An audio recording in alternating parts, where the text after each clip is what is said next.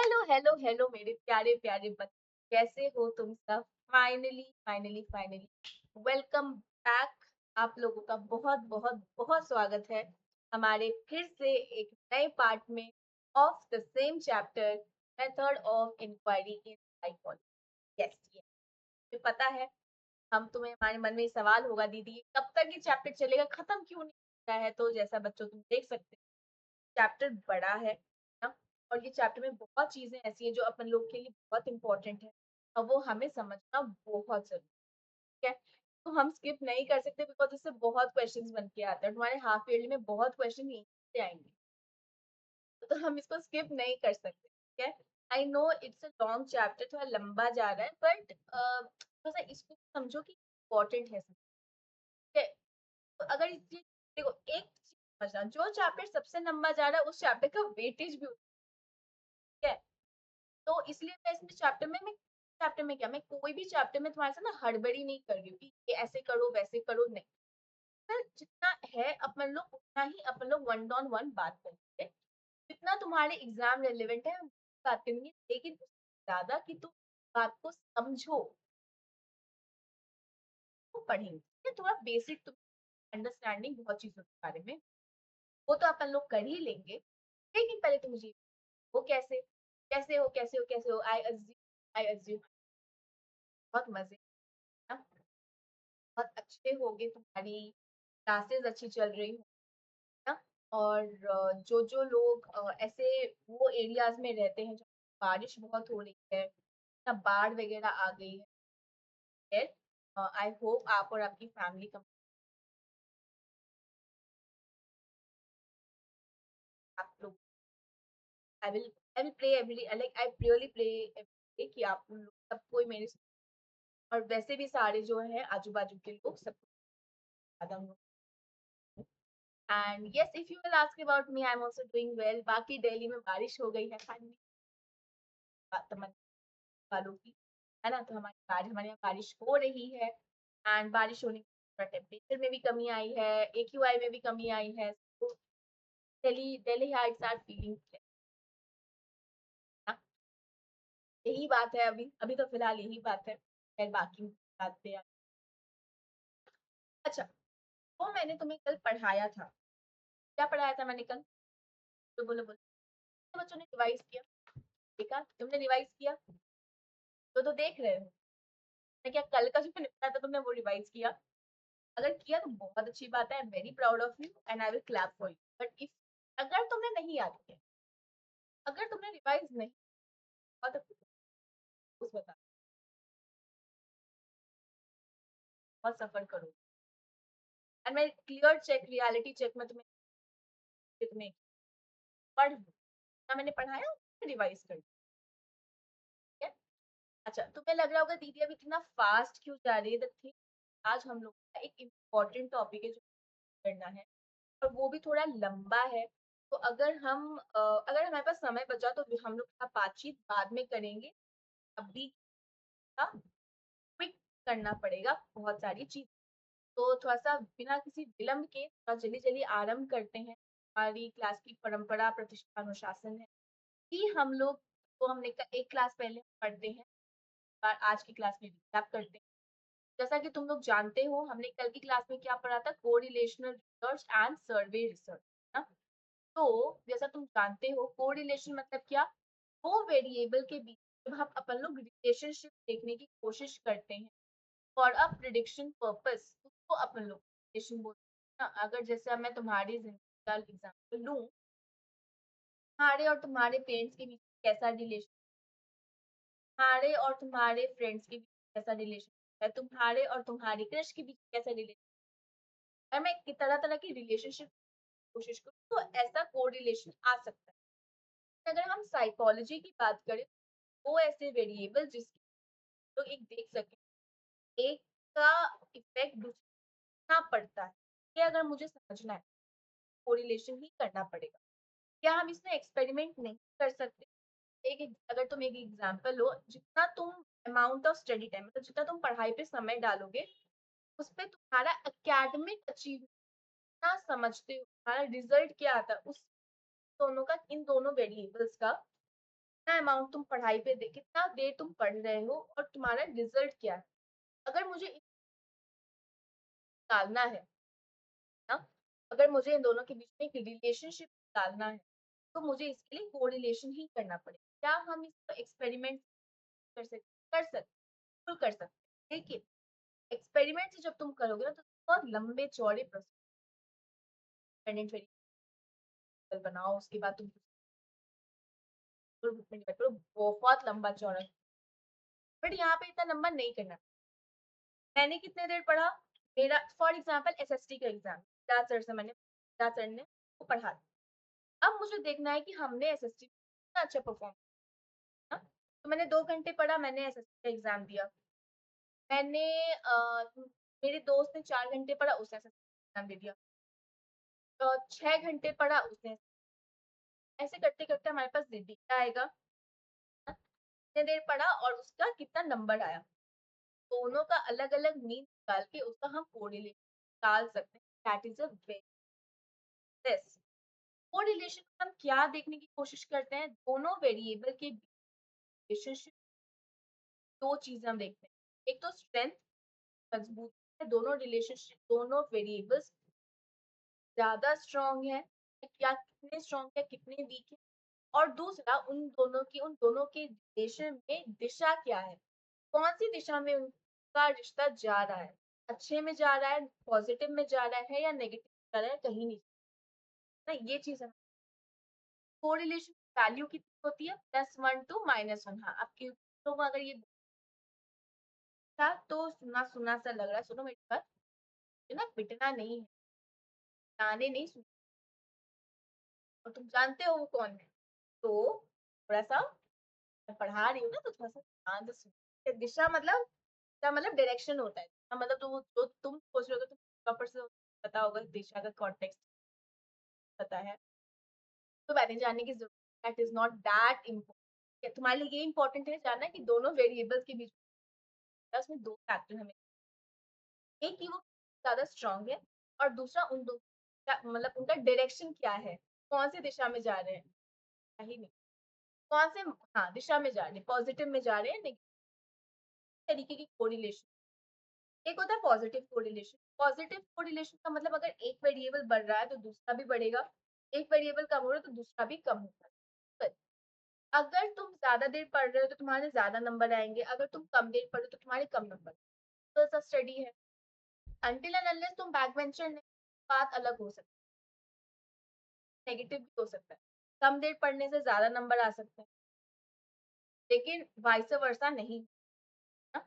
लेकिन negative correlation का definite, एक नेगेटिव कोरिलेशन का मेरे पास बहुत रिलेटेबल एग्जाम्पल, बहुत रिलेटेबल। तुम्हारी पर मार्क्स और तुम्हारे पेरेंट्स की डांट, डांट या मार, तुम्हारे मार्क्स बढ़ेंगे बढ़ेंगे, तुम्हारे पेरेंट्स की मार और डांट क्या होगी, कम हो जाएगी।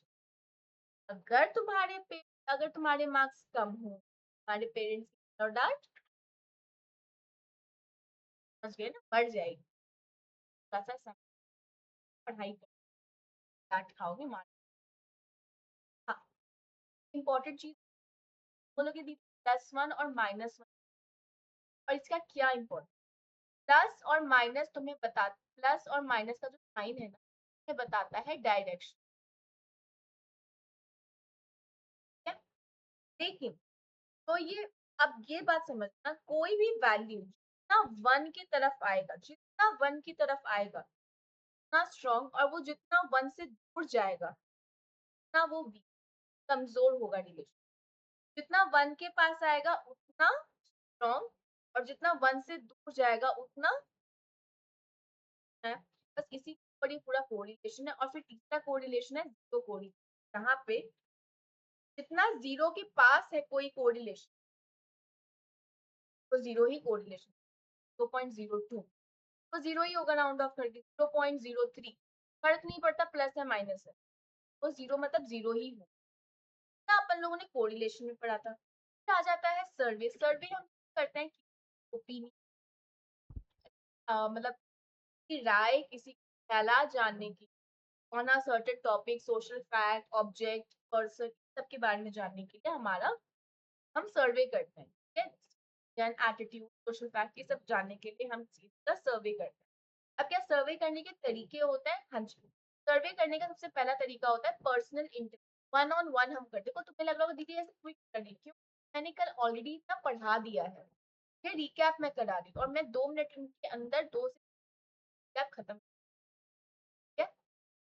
तो कल की क्लास अगर नहीं है तो क्लास देखते हैं, शेड लाइक प्लेलिस्ट बनी हुई है, तो तुम का पहला वाला जो पार्ट है उसको वही बताया, ठीक है?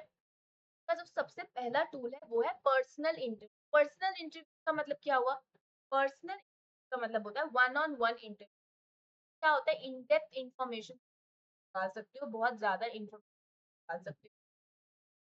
इंटरव्यू करने से क्या होगा? इन डेप्थ इंफॉर्मेशन देगी, तुम्हें एक एटीट्यूड, हर चीज इंसान से निकलवा सकते हो। क्या दो तरीके के इंटरव्यू होते हैं? हाँ जी, दो तरीके के होते हैं, एक होता है स्ट्रक्चर्ड और एक होता है अनस्ट्रक्चर्ड। स्ट्रक्चर्ड का मतलब ये होता है कि मैं एज अ इंटरव्यूअर, इंटरव्यूअर वो होता है जो इंटरव्यू करता है और तुम एज अ रिस्पोंडेंट या इंटरव्यू जवाब दोगे।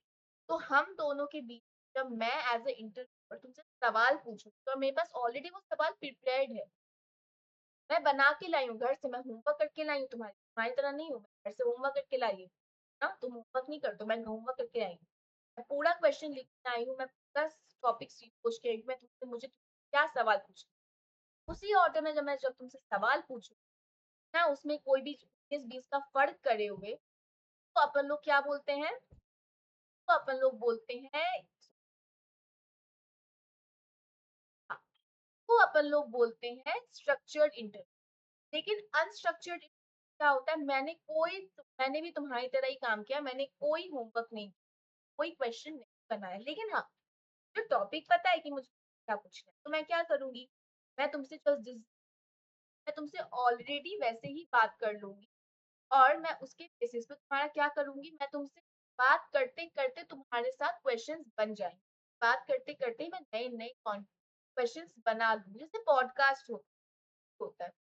जरूरी नहीं वो स्ट्रक्चर्ड इंटरव्यू, कोई कोई स्ट्रक्चर्ड होता है, लेकिन कोई कोई ऐसा होता है जब हम लोग बात कर रहे होते हैं, तो हमें ऑलरेडी पता होता है जो हमें ऐसे ऐसे सवाल उनसे पूछते हैं, बस लिखे नहीं होते हैं।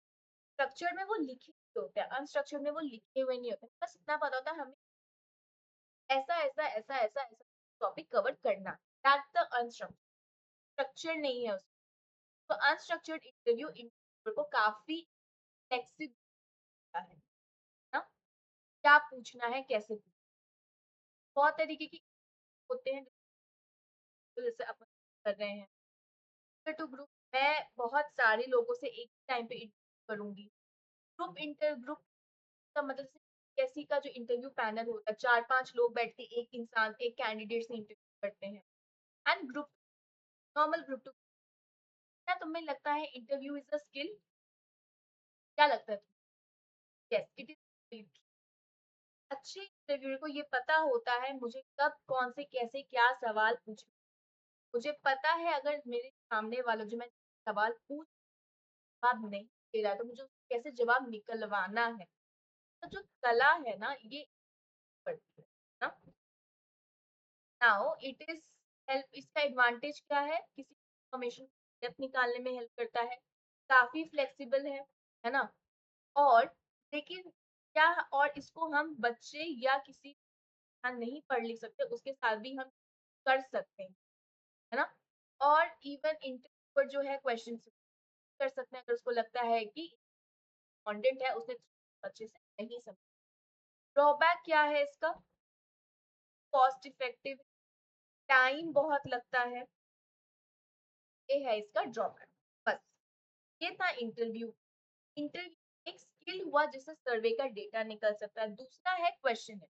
क्वेश्चनर क्या होता है? क्वेश्चनर जहाँ पे तुमने ऑलरेडी एक फॉर्म बनाया है, जैसे आजकल गूगल फॉर्म होता है, पहले वो भी हम यूज करते हैं, या एक नॉर्मल फॉर्म बनाया है, तो तुमने क्वेश्चन आइटम्स लिखे और हर आइटम के अंदर response yes no true false, है ना, yes maybe, no, yes don't know, है ना, ऐसा कुछ जो हम ऑप्शंस, और उसके बेसिस पे रिस्पोंडेंट को बस टिक टिक टिक टिक करना होता है, तो वो एक क्वेश्चन है ना। तो क्वेश्चन हमारा ओपन एंडेड भी होता है, क्लोज। ओपन एंडेड मतलब जहाँ पे रिस्पॉन्ड कर रहा है, जो रिस्पोंडेंट है, वो लंबे-लंबे आंसर्स लिख देता है, लेकिन क्लोज एंडेड में उसको बस multiple choice questioning yes, no सवाल है। तो इसमें उसके पास ज़्यादा चॉइस होती है। रेटिंग स्केल 3 बहुत तरीके का पॉइंट, 5 पॉइंट एंड 7 तो होता है हमारा क्वेश्चन। अब क्वेश्चनर के अलावा क्या? टेलीफोनिक सर्वे। टेलीफोनिक सर्वे क्या होता है? टेलीफोनिक सर्वे मतलब अपन लोग ऐसे फोन पे बात करें, हेलो, ये ना आपसे सर्वे करना, मतलब कि आपका ये बारिश के बारे में क्या ख्याल, बारिश होती है आपको उस बारे में क्या ख्याल है ना? इस टाइप की सर्वे में क्या होगा, तुमने सर्वे में क्या होगा, इस टाइप के सर्वे में टाइप के सर्वे में क्या होगा, इस टाइप के सर्वे में या तो मैं डायरेक्टली फोन कॉल पे बात कर सकती हूँ, या तो मैं एसएमएस कर सकती हूँ। आज के अगर मैं देखूँ टेक्नोलॉजी में, तो मैं व्हाट्सएप भी कर सकती हूँ ना। टेलीफोनिक्स क्या हुआ, मैंने तुम्हें सवाल पूछा, तुमने मुझे कॉल ही पे जवाब दे दिया, समय दे दिया, ये हो जाता है। हमारा कम्युनिकेशन लाइक ट्रांसपोर्टेशन और टाइम है वो कम लगता है, लेकिन क्या मेहनत नहीं लगती? बहुत मेहनत लगती है। मुझे नहीं पता सामने वाला जो मुझे जवाब दे रहा है वो कौन से मूड में है, वो कितना जवाब देने के लिए उसमें, वो कितना अनकॉर्पोरेटिव है, कितना मुझे ऊपर ऊपर से सुपरफिशियल बना बना के आंसर दे, ये सब कुछ, ये सारी प्रॉब्लम यहाँ पे टेलीफोनिक सर्वे में आती है। और इसके बाद था ऑब्जर्वेशन, जो हम ऑलरेडी पहले की क्लास में डिस्कस कर चुके हैं ना। अब ये होता है कि पता होना कौन से टूल का क्या एडवांटेज है और क्या लिमिट है, और उसके अकॉर्डिंग ही का बेसिक ये कहने है। अब सर्वे मेथड जो है उसके काफी एडवांटेज है, में डेप्थ इंफॉर्मेशन मिल जाएगी, फर्स्ट हैंड इंफॉर्मेशन मिल जाएगी, एक ही टाइम पे तुम बहुत सारे लोगों से डेटा निकलवा सकते हो, है ना। सर्वे तुम फ्री कंडक्ट कर सकते हो, पब्लिक ओपिनियन और न्यूज, नए नए जैसे इशू मर्ज होते हैं, फटाफट निकलवा सकते हो, हमारे पास प्रोविजन है। लेकिन ये हुआ एडवांटेज, है। डिसएडवांटेज क्या हुआ? डिसएडवांटेज ये हुआ कि एक्यूरेट रिस्पॉन्स तुम क्योंकि तुम्हें अच्छा, मतलब तुम्हारा शायद मेमोरी लैप्स है, ज़्यादा चीज़ें याद नहीं है, तुम रिसर्चर को ये बताना चाहते हो कि तुम एक्चुअली क्या फील करते हो, है ना? तो ये एक इश्यू हो जाता है। या तुम कभी-कभी ऐसे भी रिस्पॉन्सेज़ देते हो जो रिसर्चर सुनना चाहता है, तो ऐसे दोनों 2 तरीके के रिस्पॉन्स का जी। ये था हमारा रिकैप जो हमने कल की क्लास में किया था। अब आज की क्लास में बिना किसी विलंब के अपन लोग साइकोलॉजिकल टेस्टिंग, ठीक है? 1 मिनट का वाटर।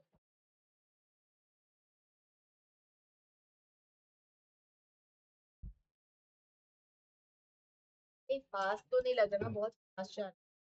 तो अगर तुम्हें फास्ट लग रहा है तो ये बात थोड़ा-सा समझ,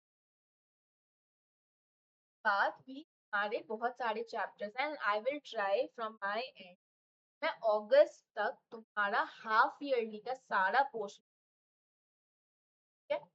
क्योंकि हाफ ईयरली तक का मैं चाहती हूँ कि तुम्हारे पोर्शन है कि मैं तुम्हें इम्पोर्टेंट क्वेश्चन की लिस्ट भेज, मैं तुम्हें बता सकती हूँ इम्पोर्टेंट क्वेश्चन है और हमारे एग्जाम में, मैं तुम्हें बार बार कह रही हूँ कि टेलीग्राम चैनल को ज्वाइन कर लो, क्वेश्चन एंड सारे पीडीएफ तुम्हें, या ऑलरेडी पहला जो चैप्टर था व्हाट इज साइकोलॉजी का एनसीईआरटी ग्लॉसरी और प्रैक्टिस ऑलरेडी टेलीग्राम पे है।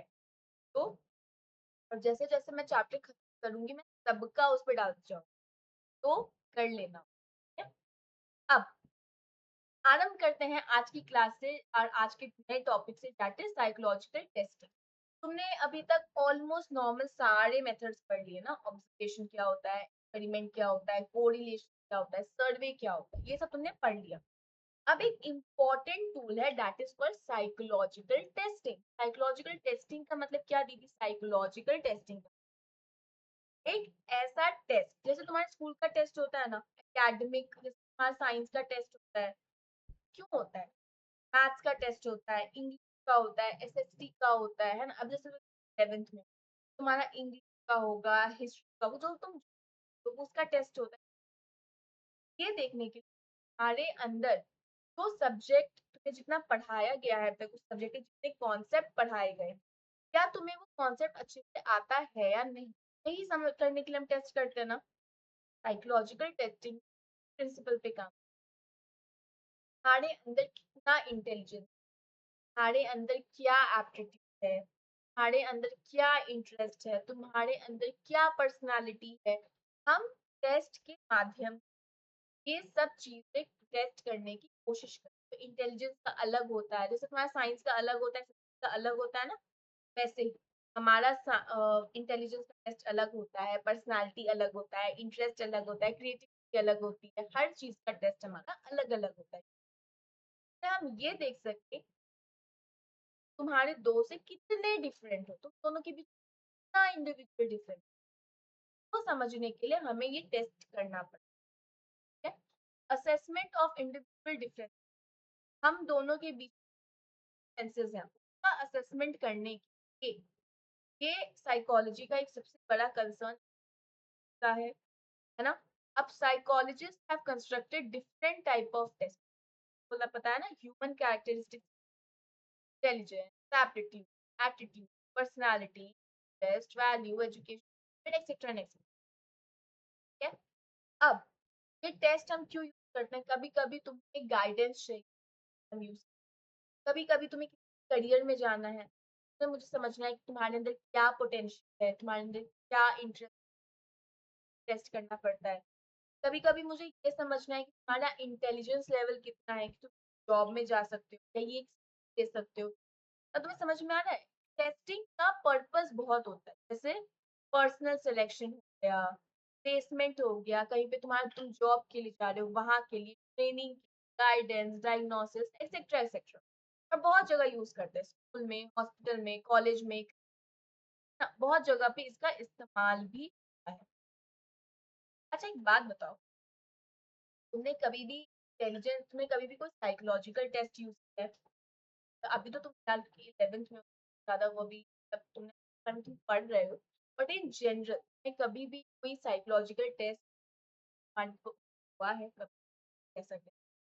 अगर नहीं हुआ है तो तुम्हें शायद नहीं पता होगा, लेकिन अगर तुम्हें हुआ तो तुम्हें पता है मैं what I am trying to say ना। साइकोलॉजिकल टेस्ट क्या तुम्हारे पर कभी हुआ है? अगर हुआ है तो तुम्हें पता है कि किस तरीके का टेस्ट होता है, उसमें क्या क्या चीजें और कितना मजा आता है उसमें। तो नहीं, जिसने नहीं किया तो ये समझा, ये बात समझो, ये जो टेस्ट है साइकोलॉजिकल टेस्ट, ये तुम्हारे जो ट्रेडिशनल स्कूल टेस्ट है, एग्जाम जो होता है उससे बिल्कुल अलग, वो बिल्कुल नहीं जो है। तो तुमने देखा होगा कि इसमें बहुत सारे जो टेस्ट होता है, बहुत सारे नंबर ऑफ आइटम्स होते हैं, क्वेश्चंस होते हैं, हम क्या बोलते हैं, आइटम। हम टेस्ट जो साइकोलॉजिकल टेस्ट होता है ना, क्वेश्चंस होते हैं, क्वेश्चन नहीं बोलते, क्या बोलते हैं, आइटम। आइटम जो तुम, आइटम नहीं, जो टेस्ट हम करते हैं उसमें जो नंबर ऑफ क्वेश्चंस, क्या बोलते हैं, आइटम। आइटम क्या होता है, विथ देयर प्रोबेबल, मतलब हमें पता है कि इसका ऐसा ही रिस्पॉन्स आएगा, ना ही रेंज में आ सकता है, इससे ना ज्यादा बहुत ऊपर आएगा ना इससे बहुत नीचे है। और वो किस रिलेटेड होता है, तुम्हारे ह्यूमन कैरेक्टरिस्टिक और एट्रीब्यूट है। अब यहाँ पे तुम्हें क्या समझने की, हर एक ह्यूमन कैरेक्टरिस्टिक के लिए एक टेस्ट डेवलप हो चुका है, intelligence, attitude, aptitude, interest, value, personality, सबके टेस्ट डेवलप ऑलरेडी हो चुका है। का अब हमारे लिए इम्पोर्टेंट क्या है, वो भी टेस्ट हमने डेवलप किया है, फीचर्स हमें क्लियरली पता होने चाहिए, हमने उसको डिफाइन किया है, वो टेस्ट क्या मेजर करेगा, कैसे मेजर करेगा, हर एक हमें पता होनी चाहिए ना। और जितने आइटम्स हैं, मतलब क्वेश्चन है उस टेस्ट में, वो सब उस फीचर से रिलेटेड होने, ऐसा नहीं है अगर मैं एसएसटी का एग्जाम ले रही हूँ तो उसमें साइंस का कॉन्सेप्ट आता है, अगर मैं मैथ्स का एग्जाम ले रही हूँ तो उसमें इंग्लिश कॉन्सेप्ट आता है, ये नहीं, अगर मैं मैथ्स कर रही हूँ तो मैथ्स के ही क्वेश्चन होंगे, अगर मैं एसएसटी का करूँ तो एसएसटी के क्वेश्चन होंगे, आ रही है बात।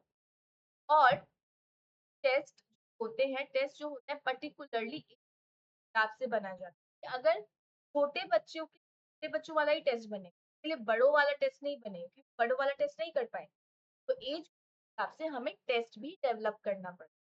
हमारे स्कूल में तुम्हारी क्लास के हिसाब से टेस्ट डेवलप होता है ना। अभी तुम 11th में हो, अब मैं तुम्हें 12th का पेपर दे दूं, अभी तुम मान लो हिस्ट्री पढ़ते हो, अब मैं तुम्हें 12th का हिस्ट्री का पेपर दे दूं, क्या कर लोगे? नहीं करोगे ना, नहीं पता है तुम्हारा, तुम्हें नॉलेज नहीं। दैट सेम वे हम एज ग्रुप के हिसाब से भी टेस्ट बनाते हैं। 5 साल का बच्चा 10 साल की बच्ची वाला टेस्ट नहीं कर पाए, 10 साल का बच्चा 20 साल के इंसान वाला टेस्ट नहीं कर पाए। तो एज हिसाब से हमें टेस्ट डेवलप करना पड़ता है ना। और ऐसे बहुत सारे टेस्ट होते हैं जिसमें हमें टाइम लिमिट होती भी है और नहीं भी होती है। सब चीज हम लोग अब डिस्कस करें, मेन यहाँ से डिस्कस, ये सब का ना अब कुछ साइकोलॉजी में की टर्म्स है, तो अब हम समझेंगे। अगर हम रिसर्च के माध्यम से बात करें, साइकोलॉजिकल टेस्ट एक स्टैंडर्डाइज्ड और ऑब्जेक्टिव इंस्ट्रूमेंट है किसी पीपल की कैरेक्टरिस्टिक को समझने। अब यहाँ पे तुम्हारे लिए दो, साइकोलॉजिकल टेस्ट एक स्टैंडर्डाइज्ड और ऑब्जेक्टिव इंस्ट्रूमेंट है। अब इसमें क्या दो चीज आई, ऑब्जेक्टिविटी एंड स्टैंडर्डाइजेशन।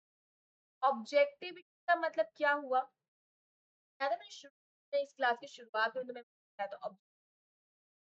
ऑब्जेक्टिविटी का मतलब अगर दो या दो से ज्यादा इंसान वो साइकोलॉजिकल टेस्ट एडमिनिस्टर कर रहे हैं एक ही ग्रुप ऑफ इंडिविजुअल, तो जो रिजल्ट आएगा वो दोनों एडमिनिस्ट्रेटर को सेम आएगा। ऐसा नहीं है अलग आएगा मेरी दो, मान लो मैं और मेरा दोस्त या मेरी, हम दोनों रिसर्चर, ठीक है।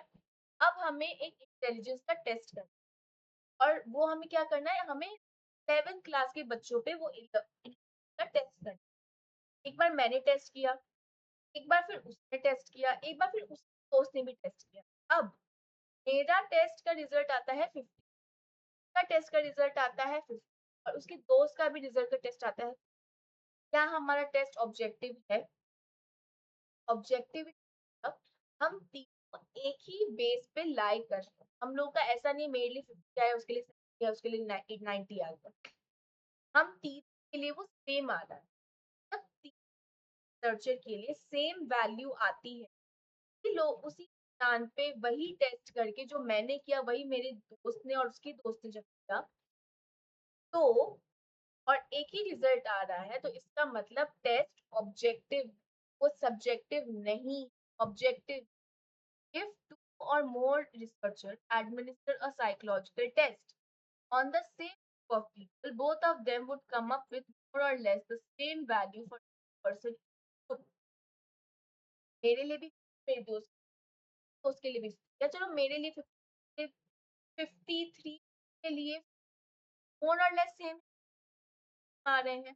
टेस्ट ऑब्जेक्टिव, सब्जेक्टिव नहीं है। सब्जेक्टिविटी मतलब मेरे लिए 50 के लिए 30 के लिए 90, बहुत सब्जेक्टिव है। अब साइकोलॉजिकल टेस्ट को ऑब्जेक्टिव बनाने का तरीका क्या, ऑब्जेक्टिविटी समझ में क्या होता है। हाँ, मेरे लिए अगर सब्जी में नमक कम है तो तुम्हारे लिए भी सब्जी में नमक कम होगा, और तुम्हारी मम्मी के लिए सब्जी में नमक कम होगा, तुम्हारे पापा के लिए भी होगा, तो ये हुआ सब्जेक्ट ऑब्जेक्टिव। मेरे लिए ही सब्जी में नमक कम नहीं है, सबके लिए सब्जी में नमक, लेकिन सब्जेक्टिविटी कहाँ आएगी, तो मेरे लिए कम है शायद तुम्हारे लिए ज्यादा है, उन है ही नहीं। अपने अपने परसेप्शन, लेकिन यार हमारा अपना अपना परसेप्शन नहीं है, सबका अपना अपना वो है ना, सबके लिए तो that is objectivity. Now essential that item should, अब ऑब्जेक्टिव तुम कैसे बना सकते हो, आइटम का जो वर्डिंग है, मतलब क्वेश्चन वर्डिंग है, क्वेश्चन को बनाने के लिए जो हम शब्दों का इस्तेमाल कर रहे हैं, वो हम इसी तरीके से करेंगे जो हर अलग अलग रीडर को एक ही कम्युनिकेट करे, वो भी उसको पढ़े, उसके लिए वो एक मतलब निकल गया। ऐसा ना हो मैंने पढ़ा तो मेरे लिए कुछ और मतलब निकल रहा है, तुमने पढ़ा तुम्हारे लिए कुछ और मतलब निकल रहा है, नहीं, वो सब्जेक्टिविटी हो जाती है। ऑब्जेक्टिविटी, ऑब्जेक्टिव वो तभी होगा जब वो मेरे लिए भी वही कर रहा है, जो मैंने पढ़ा वही मेरे लिए उतना ही, जो मैंने समझा जो लिखा हुआ है मैं वही समझ रही हूँ, ना जो वो समझाना चाह रहा है उतना ही मैं भी समझ रही हूँ और उतना ही तुम भी, सेम चीज हम समझ रहे हैं, तो that is objective. Also instruction जा रहे हैं उस टेस्ट को करने के लिए, वो मुझे वही तुम्हें भी मिलेंगे। ऐसा नहीं है मुझे स्पेशल ट्रीटमेंट मिलेगा या तुम्हें नहीं मिलेगा, ऐसा कुछ। इंस्ट्रक्शन मतलब इंस्ट्रक्शन भी हम ऐसे ही देंगे कि किस तरीके से हमें टेस्ट आइटम को करना चाहिए, और इंस्ट्रक्शन हम कब देते हैं, टेस्ट देने से पहले ही देते हैं, है ना। प्रोसीजर उस टेस्ट का क्या होना चाहिए, तब हमारा ऑब्जेक्टिविटी, कितना टाइम लिमिट, क्या एनवायरमेंटल कंडीशन, तरीके से तुम एडमिनिस्ट्रेट कर रहे हो या ग्रुप में कर रहे हो, ये सब कुछ। स्कोरिंग उसका जो टेस्ट का जो तुम स्कोरिंग करोगे तो वो सब कुछ टाइप होना बहुत जरूरी, ऑब्जेक्टिविटी तरीके। अब जो दूसरा मेजर है, तो दूसरा कंडीशन वो है स्टैंडर्डाइजेशन, ना। स्टैंडर्डाइजेशन है ना, स्टैंडर्डाइजेशन। अब स्टैंडर्डाइजेशन क्या होता है, स्टैंडर्डाइजेशन ही ये हुआ है यहाँ कि मैंने जैसा बोला, जैसा इंस्ट्रक्शन लिखा है वो मेरे लिए भी वही, तुम्हारे लिए भी। मेरे लिए जैसा प्रोसीजर हो रहा है वैसे तुम्हारे लिए भी हो रहा है, मेरे लिए जैसी स्कोरिंग हो रही है वैसे तुम्हारे लिए भी, तो सबके लिए जब वो सेम स्टैंडर्ड बन जाता है टेस्ट करने, हर टेस्ट का स्टैंडर्डाइजेशन प्लस अलग होता है। तो जब एक टेस्ट पूरे जो हम लंबे पॉपुलेशन पे उसको एक स्टैंडर्ड वे से एडमिनिस्टर करते हैं, तो हम स्टैंडर्डाइजेशन, और स्टैंडर्डाइजेशन में रिलायबिलिटी, वैलिडिटी एंड नॉर्म। तो क्या होता है, टेस्ट का जब कंस्ट्रक्शन होता है तो वो स्टैंडर्डाइज तरीके से एक सिस्टमैटिक स्टेप फॉलो करके होता है, और उसमें कुछ स्टेप्स होते हैं, उसमें हमें आइटम्स मतलब क्वेश्चन है उसको अच्छे से समझना पड़ता है, और रिलायबिलिटी वैलिडिटी नॉर्म्स टाइप करना। अब रिलायबिलिटी वैलिडिटी क्या होता है, रिलायबिलिटी का मतलब होता है जब आज मैंने एक टेस्ट लिया, जैसे आज मैंने साइंस का टेस्ट लिया, मैंने यही साइंस का टेस्ट 15 दिन के बाद भी लिया। अगर आज मेरा टेस्ट 15 आ रहा है, चलो साइंस के, मान लो इंटेलिजेंस, आज मैंने इंटेलिजेंस का टेस्ट लिया, आज मेरा स्कोर आ रहा है 50, और मैंने वही सेम आज वाला इंटेलिजेंस टेस्ट मैंने 15 दिन के बाद भी लिया, फिर भी मेरा आ रहा है 50। क्या लगता है वो टेस्ट रिलायबल है? यस, वो टेस्ट रिलायबल है, मतलब कोर्स कंसिस्टेंट है, स्कोर की कंसिस्टेंसी में कोई difference. consistency of score obtained by an individual on the same test on two different occasions। आज किया 15 दिन के बाद के दो अलग अलग ओकेजन गए, मैंने किया same individual same test intelligence test, आज किया 15 दिन के बाद भी वही किया, और हमारी स्कोर में कंसिस्टेंसी आज भी 15 दिन के बाद भी रिलायबिलिटी, वो टेस्ट रिलायबल है। मैं जब जब करूंगी उस टाइम पे मेरा टेस्ट 50, अगर आज 50 है 15 दिन के बाद 60 हो जाएगा, 70 हो जाएगा, वो टेस्ट कंसिस्टेंट नहीं है।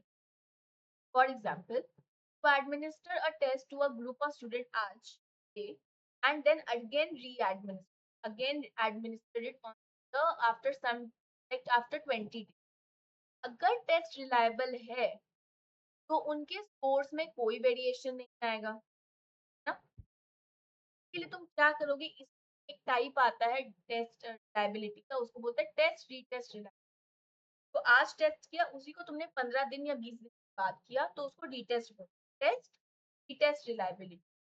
यहाँ पे टेम्पोरल मतलब टाइम जो है it is a very important, time के ऊपर कोर्स कंसिस्टेंट है, स्टेबल है, टेस्ट रीटेस्ट रिलायबिलिटी। जहाँ पर हम कोई कोरिलेशन को पढ़ाना, तो हम दोनों सेट ऑफ स्कोर के बीच में देखते हैं। तो पहला हुआ टेस्ट रीटेस्ट, दूसरा तरीका क्या हुआ, स्प्लिट हाफ टेस्ट।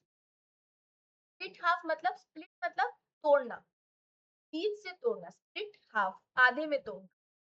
टेस्ट है, मान लो टेस्ट में 50 आइटम है या 60 आइटम है, मान लो 60 आइटम है, मैंने स्प्लिट हाफ कर दिया, 30 30 आइटम हो गया, और ना स्प्लिट क्लास में।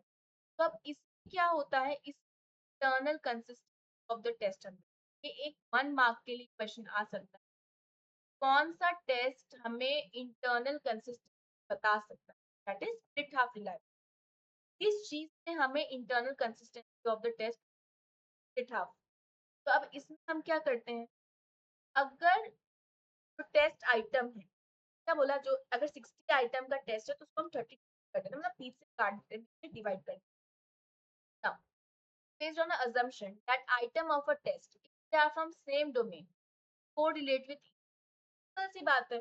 अगर इंटेलिजेंस का टेस्ट है और उसको अगर मैं बीच में से तोड़ दूं, आज एक करूं और एक मैं कुछ दिनों के बाद करूं और फिर उन दोनों का कोरिलेशन निकालूं, तो अगर उसका कोरिलेशन हाई होगा तो क्या टेस्ट अपने आप में, टेस्ट के जो आइटम है वो अच्छे क्वालिटी के नहीं, वो रिलायबल नहीं होंगे।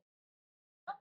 तो वही है स्प्लिट। स्प्लिट हाफ हमें यही बताता है आइटम्स की कंसिस्ट, क्या वो वही मेजर करने की कोशिश कर रहा है जिसके लिए हमने इसको बनाया है, हाँ, क्या तुम वो कर पा रहे हो जिसके लिए हमने तुम्हें ट्रेन किया है, तो टेस्ट करना पड़ता है ना। तो यहाँ पे भी हमें टेस्ट का भी टेस्ट करना पड़ता है, टेस्ट के आइटम का।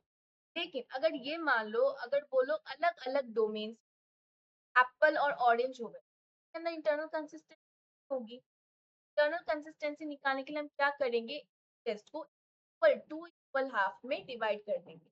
और इवन कर सकते हो, जैसे 1 3 5 7 कर सकते हो, 2 1 3 5 7 और 2 4 6 8 कर सकते हो, या 1 to 25 या 1 to 30 और 1 to 60 कैसे कर सकते हो, ये भी हो सकता है।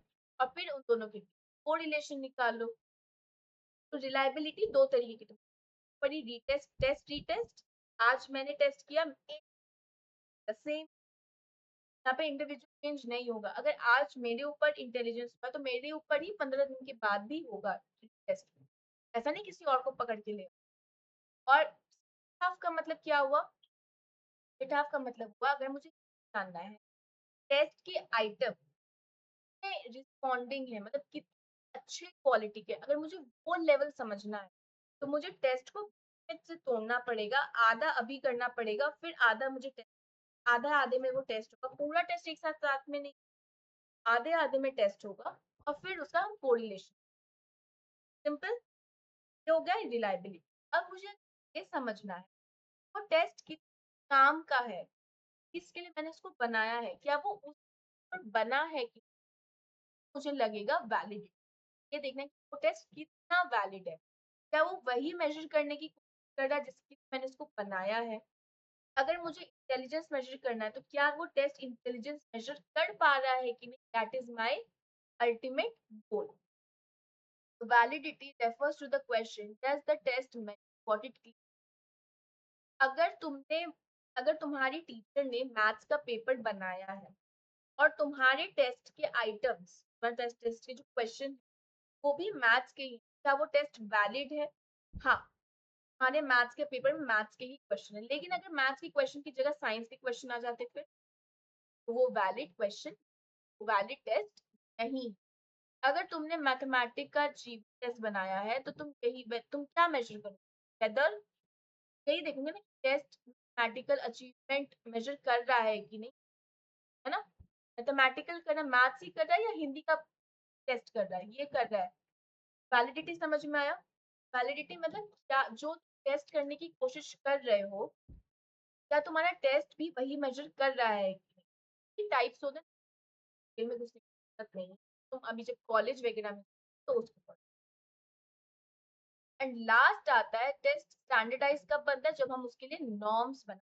नॉर्म्स मतलब एक रूल बना देते हैं, एक नॉर्म मतलब एक एवरेज परफॉर्मेंस हो गया ग्रुप का। अगर 15 से 20 साल के बच्चों का मैं नॉर्म निकालू इंटेलिजेंस टेस्ट, तो वो इंटेलिजेंस टेस्ट नॉर्म क्या निकल सकता है, हाइपोथेटिकली अगर रख लो, 50 पर स्कोर होता है तो वो 50 70 होता है तो वो एवरेज होता है, जिनका 70 से ऊपर होता है वो अबव एवरेज होते हैं, और जिनका 50 से कम होता है वो बिलो एवरेज होता है। लेकिन 15 से 20 साल के बच्चों के बाद ये नॉर्म, ये रूल अप्लाई होगा, ना उससे कम के एज में ना उससे ज्यादा के। तो एक पर्टिकुलर एज ग्रुप के जब हम एक रूल बना देते हैं हम नॉर्म्स पे। तो नॉर्म हमने क्या पढ़ा था पहले, एक नॉर्मल एंड एवरेज। तो टेस्ट होता है, मैंने क्या बोला, टेस्ट कम वो कितने लोगों पे होता है, बहुत लंबे बहुत बड़े अमाउंट ऑफ पे होता है, और उनका ना परफॉर्मेंस लिया जाता है, एवरेज परफॉर्मेंस। परफॉर्मेंस हर चीज क्या होता है, नॉर्म से हम क्या कर सकते हैं, comparison, comparing the group, comparing the performance of an the others of the same and interpreting or obtained on it. For example, एक नॉर्म बन गया इंटेलिजेंस टेस्ट का 15 से 20 साल के बच्चे,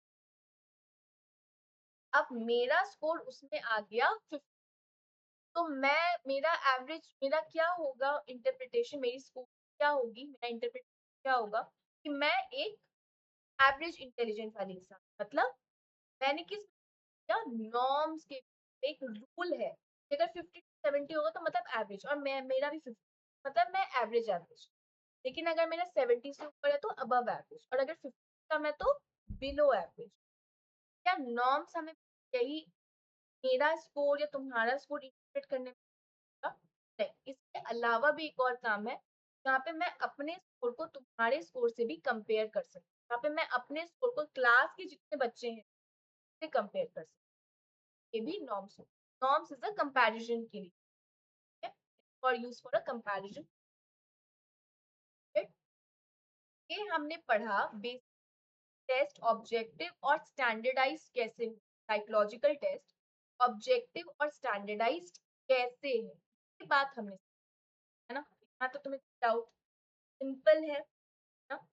लेकिन क्या टेस्ट एक ही तरीके का होता है, अगर मैंने इंटेलिजेंस बोला तो इंटेलिजेंस का एक ही टेस्ट है, नहीं, इंटेलिजेंस टाइप्स, टेस्ट के टाइप्स हैं, टाइप ऑफ टेस्ट। अब हमारा जो मेन, अब तुम्हारा मेन कंसर्न आएगा दीदी क्वेश्चन, क्वेश्चन एक बार अपन लोग इसको फटाफट खत्म, क्वेश्चन।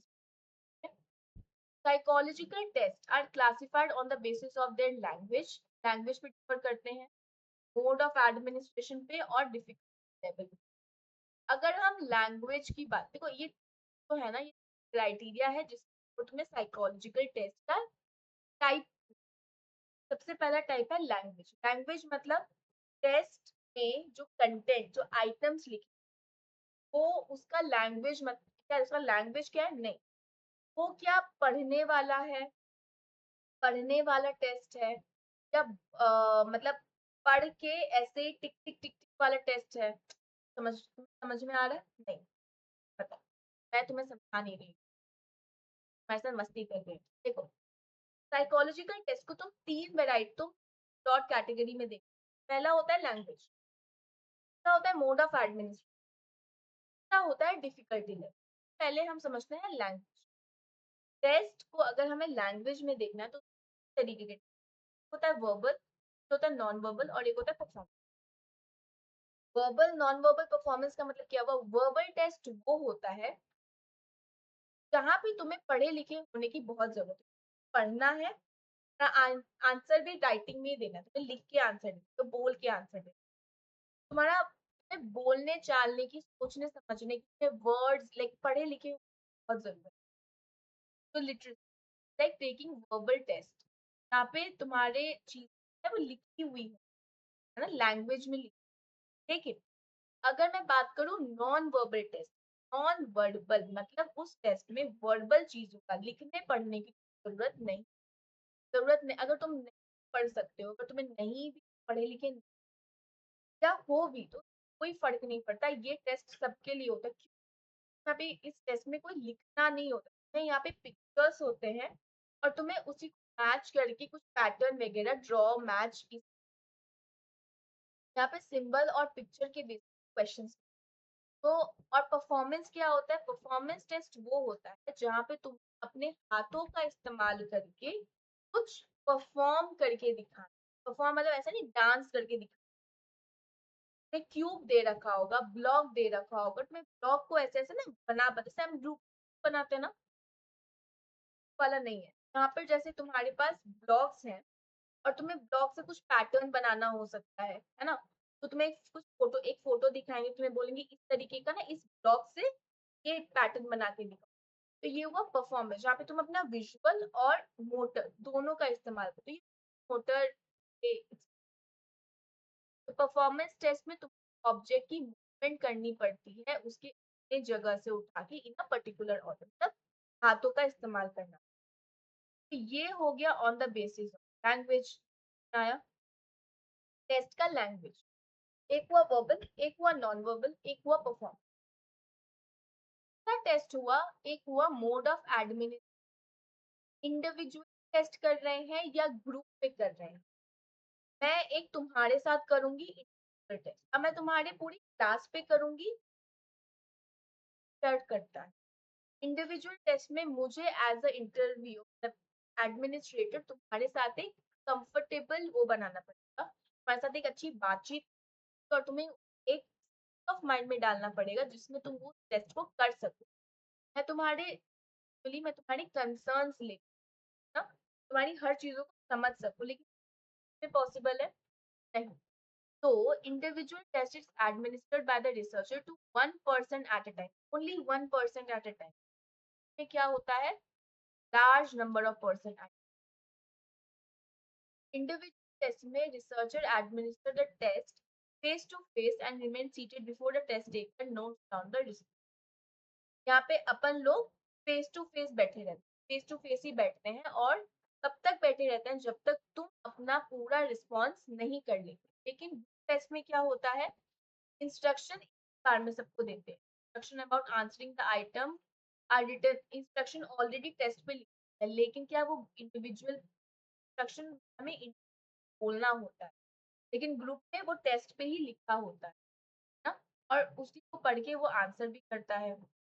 एक बार टेस्ट एडमिनिस्ट्रेटर वैसे एक बार पूरा इंस्ट्रक्शन एक्सप्लेन कर देता है ग्रुप को, लेकिन कोशिश करता है कि वाले जो है ऑलरेडी पढ़े और उसका जवाब। इन तुम्हें क्या लगता है, टेस्ट टाइम कंज्यूमिंग होता है? हाँ, टेस्ट टाइम कंज्यूमिंग होता है, लेकिन बहुत अच्छा डिस्प्ले होता है जिससे कि हम बहुत सारे तरीके के लोगों से रिस्पॉन्स कलेक्ट कर सकते हैं। टेस्ट क्या, ग्रुप टेस्ट को एडमिनिस्ट्रेट करना बहुत ईजी होता है, वेरी इजी बात।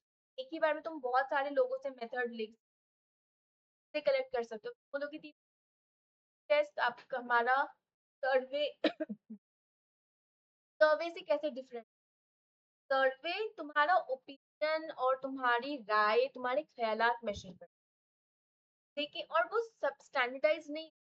साइकोलॉ जो टेस्ट हो, साइकोलॉजिकल टेस्ट, वो स्टैंडर्डाइज्ड हो, ठीक है, इस वजह से इसको एडमिनिस्ट्रेट कर सकते हो और ये टाइम कंज्यूम, लेकिन ये भी कुछ है। रिस्पोंडेंट जैसे जो आंसर करे, मुझे तुम्हें बार बार मोटिवेट करना पड़ेगा, नहीं और कर सकते हो और कर सकते हो, उतना मैं तुम्हें मोटिवेट नहीं करूंगी जितना मैं तुम्हें इंडिविजुअली कर सकती हूँ। और तुम काफी फेक रिस्पॉन्सेज भी काफी फेक दे सकते हो, बस ये करने के लिए हाँ यार चलो बस खत्म करना है, मतलब बस मुझे खत्म करना है, बहुत मैं देर, ये चीज आनी चाहिए, ये चीज बहुत आता है, ठीक है? ये हो गया दूसरा टाइप। पहला हुआ लैंग्वेज, दूसरा हुआ मोड ऑफ एडमिनिस्ट्रेशन,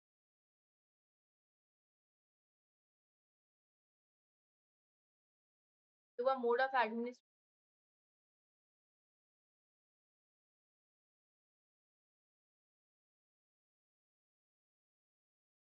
होता है तुम्हारा डिफिकल्टी लेवल। ये तुम्हारा डिफिकल्टी लेवल का मतलब क्या होता है कि तुम्हारा टेस्ट कितना डिफिकल्ट, कैसे वो डिफिकल्टी मेजर करता है।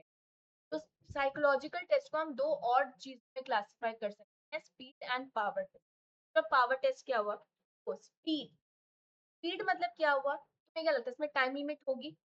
यस, स्पीड में टाइम लिमिट, तुम्हारे पास एक पर्टिकुलर टाइम है और तुम्हें टाइम में अपना पूरा आंसर रिस्पॉन्स देना, ना तुम दे सकते हो, तुम्हें कोशिश करना कि तुम पूरा टेस्ट खत्म, जैसे तुम्हारे स्कूल का टेस्ट होता है, टाइम लिमिट होती है ना, 3 घंटे का एग्जाम होता है, 3 घंटे में तुम्हें पूरा एग्जाम लिखना होता है, दैट इज कॉल्ड स्पीड।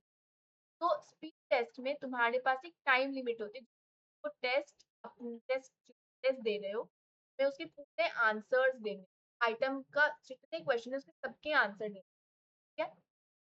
ये हमें क्या हेल्प करता है, इस बेसिस पे स्पीड टेस्ट के बेसिस पे मैं एज अ इंडिविजुअल तुम मैं एज अ रिसर्चर तुम्हें किस तरीके से इवैल्यूएट कर सकती हूँ, कितना समय लगेगा लगा सही आंसर करने में, क्वेश्चन का आंसर देने में कितना समय, ये चीज मैं यहाँ पे मेजर।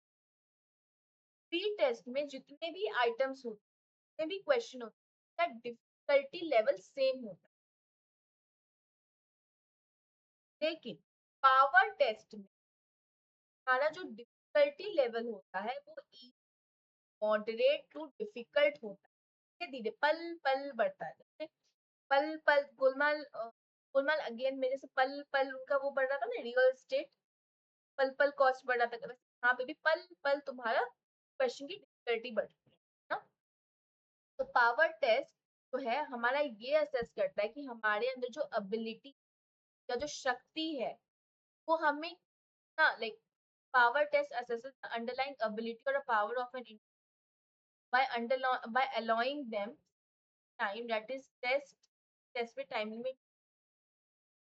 लेकिन ये हमारी एबिलिटी, हमारी क्षमता, हमारी शक्ति, हमारी ताकत को असेस करता है कि हमारे अंदर कितनी ताकत है विद रिस्पेक्ट टू एक कैरेक्टर। इंटेलिजेंस का टेस्ट होता है, इसमें भी पावर टेस्ट होता है, तुम्हारे अंदर कितना इंटेलिजेंस है ना, बट इसमें टाइम लिमिट नहीं होती, पावर टेस्ट में टाइम लिमिट नहीं। पावर टेस्ट में आइटम्स जो है वो धीरे धीरे बढ़ता है ऑर्डर ऑफ डिफिकल्टी में, ठीक है। अब फॉर एग्जाम्पल अगर कोई इंसान है, छठा आइटम, कोई भी टेस्ट का छठा आइटम सॉल्व नहीं हो पा रहा है, तो डिफिकल्टी हो रही है, तो उससे आगे की आइटम्स भी नहीं सॉल्व हो पाएंगे, है ना। ये हमें प्योर स्पीड और प्योर पूरा पूरा स्पीड पूरा पूरा पावर टेस्ट डेवलप कर सकते हैं, कभी कभी हम इसको फिक्स कर।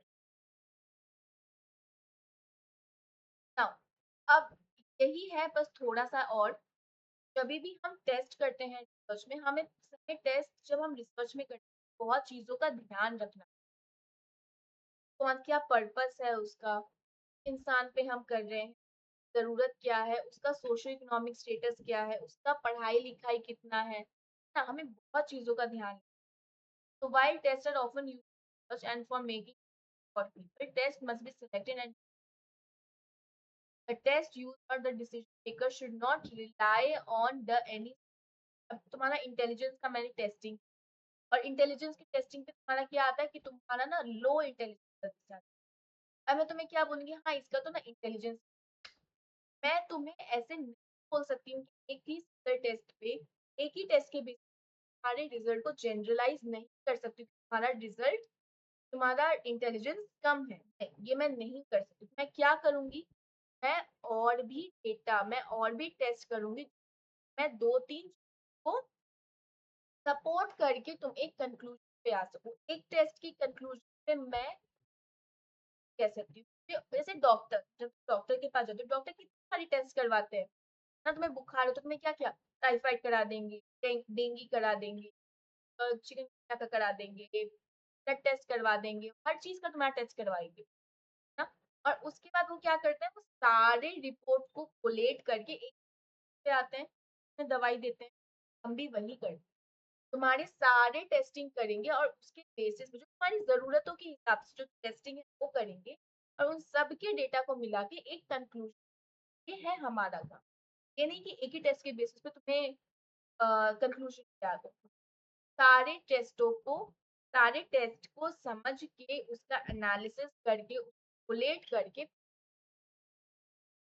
टेस्ट डेटा को हमें और भी इंफॉर्मेशन से कंबाइन करना पड़ता है in order to come at a proper conclusion. तो जैसा कि तुम जानते हो हम लोगों ने साइकोलॉजिकल टेस्टिंग, ये एक इम्पॉर्टेंट टॉपिक था, इसमें इतना इम्पॉर्टेंट टॉपिक क्योंकि ये क्वेश्चंस बनते हैं। साइकोलॉजिकल टेस्ट के बारे में तुमसे पूछ लिया जाएगा कि साइकोलॉजिकल टेस्ट क्या होता है और उसके इम्पोर्टेंट क्या होते हैं, ऑब्जेक्टिविटी, स्टैंडर्डाइजेशन, इम्पोर्टेंट टॉपिक है।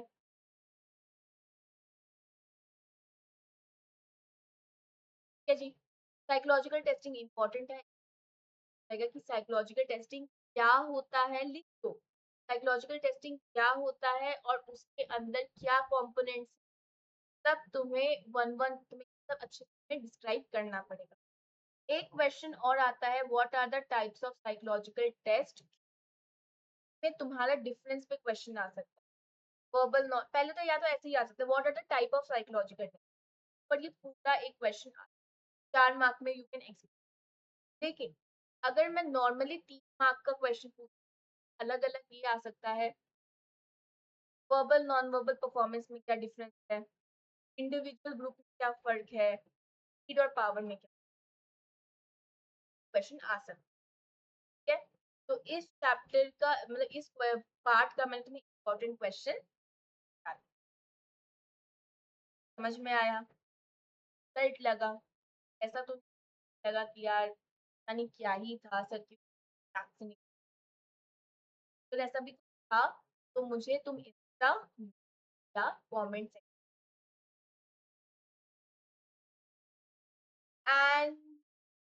And what else.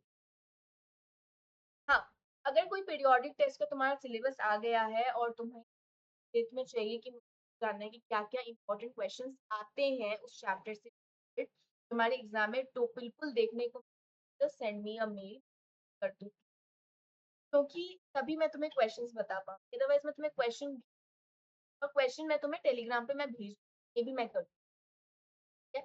तो जो भी है तो मुझे टेलीग्राम पे मेल कर दो पहले, फिर बेसिस पे मैं तुम्हें एक क्वेश्चन लिस्ट बना के भेज अकॉर्डिंगली कर सकते।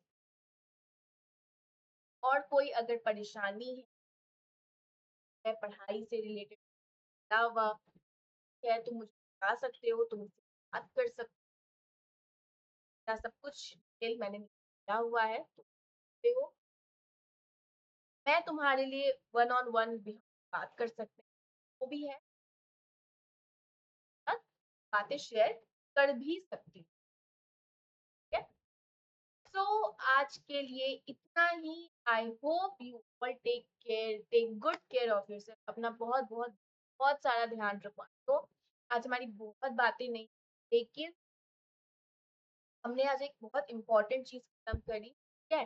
कल हम क्या करेंगे, कल अपन लोग केस स्टडी शुरू, केस स्टडी हम पोस्ट की करते, और केस स्टडी के साथ साथ ये जो है ना एनालिसिस ऑफ डेटा, ये भी हम खत्म, तो एक दो दो लेक्चर मुझे और लगेगा ये पूरा चैप्टर खत्म करने के बाद we are done with this, फिर हम चौथे तीसरे लेक्चर पे शुरू करें ह्यूमन डेवलपमेंट, ठीक है जी। तो इसी के साथ हम लोगों की आज की क्लास के साथ, आज अब हम लोग इस क्लास अंत पे आते हैं, पार्ट के एंड पे आते हैं, आज की क्लास के अंत पे आते हैं। अपना बहुत बहुत बहुत सारा ध्यान रखो, है ना। आई होप यू सब अपना ध्यान रखो, ज्यादा टेंशन को भी कंसर्न, जस्ट तुम लोग बिना कोई कुछ ना किसी मन में शंका रखे मुझे मेल कर सकते हो, टेक्स्ट कर सकते हो, ना। मेरे पास सारी डेटा मेरे पास मेरा आ जाएगा, मुझे हो जाएगा किसने सब क्या बोला है। अप्रोच मी, ना, अप्रोच करो and then we will have a, अगर तुम्हें लगेगा तो हम अपन लोग बात भी करें, ठीक है। ना मैंने बाकी लिखना पढ़ाया है, मैं ऑलरेडी 16 पेज पढ़ा चुकी हूँ, 5 पेज और बचा है इस चैप्टर का, then we are done with this chapter. तो बस ना मैंने अब तक पढ़ाया है उसको साथ साथ रिवाइज करते चलो, कंसर्न है उसके नोट्स बना लो एंड देन, ठीक है। तब तक के लिए अपना बहुत बहुत बहुत सारा ध्यान रखें, आपको बहुत बहुत बहुत धन्यवाद and see you tomorrow with part, जहाँ पे हम केस स्टडी डिस्कस करेंगे with double energy and new जोश। डबल एनर्जी, नया जोश होगा, नया एनर्जी होगा, सब कुछ नया, बहुत ज्यादा लेवल पे, ठीक है। See you tomorrow at same time 7:30, मैं टेस्ट टाइम याद। कल मिलते हैं हम लोग नए पार्ट के साथ, तब तक के लिए अपना बहुत बहुत बहुत ध्यान रखें और चाचा टेक केयर, बाय बाय।